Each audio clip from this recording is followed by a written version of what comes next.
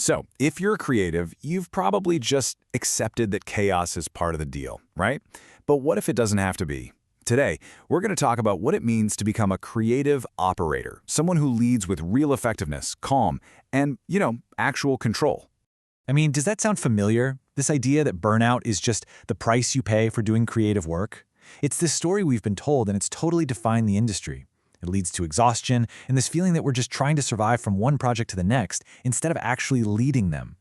Seriously, just let that sink in for a second. What if structure wasn't this cage that hems in your creativity? What if it was the very thing that protected it? The thing that actually created more space for your best ideas to really come to life? That's the huge shift in thinking we're going to get into. All right, so let's set the scene. The old way of doing creative operations, it's all reactive. You're constantly putting out fires, handling last-minute disasters, and basically just soaking up the stress from everyone else. I mean, sure, it gets the job done, sometimes. But wow, the cost to you, personally and creatively, is massive. So you've got this stark contrast, right? On one side, you've got chaos management, which is just draining. And on the other, the goal, clarity creation. This is about making that leap from just surviving to truly operating with intention, actually protecting your creative energy and leading from a place where you're in the driver's seat. Okay, so how do we actually get there? Well, it starts with a whole new philosophy. This is the JME Precision method. And don't worry, this isn't about some rigid corporate rulebook. It's a calm, intentional approach built from the ground up for creative minds. And at its heart, the philosophy is actually super simple. Precision is a form of care. We're not talking about nitpicky perfectionism here. We're talking about creating systems that actually support your clients, your projects, and, this is the big one, your own creative energy. And this is really the key. The goal isn't just to check boxes and get the job done. It's to build an environment where the creative vision can unfold beautifully and calmly. It's about swapping out that chaos for a kind of clarity that actually fuels your art. Look, a philosophy is great. It's powerful stuff. But it needs a structure to stand on. And this method is built on a really clear architecture, a set of pillars that hold up this whole new way of working. So think of these 5 pillars as your internal anchors. First up, you've got clarity. This is all about knowing the why behind every single decision before you get bogged down in the how. Next is structure. These are the systems that actually protect your creative energy. They don't cage it in. Third, sovereignty. This means you're leading with total ownership and intention, not just reacting to what everyone else wants. Then there's execution, where the focus is all on calm, precise action, not that frantic multitasking we all know. And finally, reflection. This is the habit of turning every experience, the good, the bad, the ugly, into a lesson that helps you get better. Okay, so understanding these pillars, that's one thing. It's important. But the real transformation, the magic, happens when you go from just knowing this stuff to actually living it.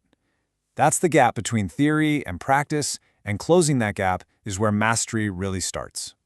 Think about it. Reading about a method, say in a book or an article, that's a great first step for sure.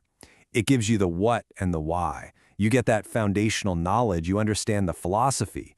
And then, tools like templates, they take it up a notch. They give you a framework, a practical structure where you can apply what you've learned. They definitely help organize your thoughts and your actions.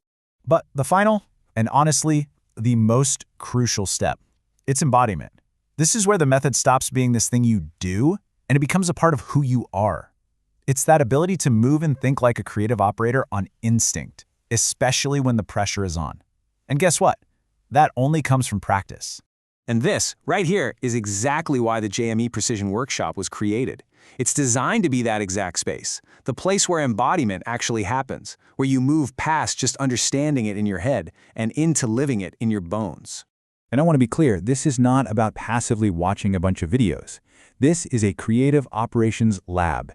It's an active, immersive space where you're applying these principles in real time, with guidance, and learning how to handle challenges with that calm and clarity we've been talking about. So, inside this lab, you're going deep.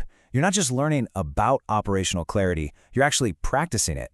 You're building out plans that protect your energy. You're mastering communication that stops problems before they start. And you're learning what it feels like to lead with true ownership, calm, grounded, and totally intentional.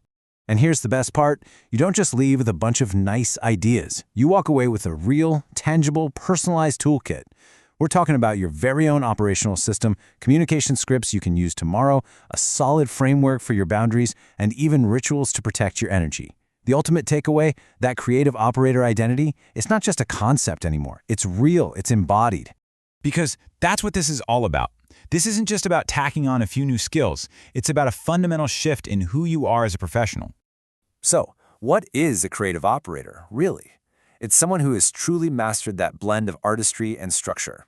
A person who leads with clarity, executes with precision, and stays grounded no matter what crazy stuff gets thrown at them.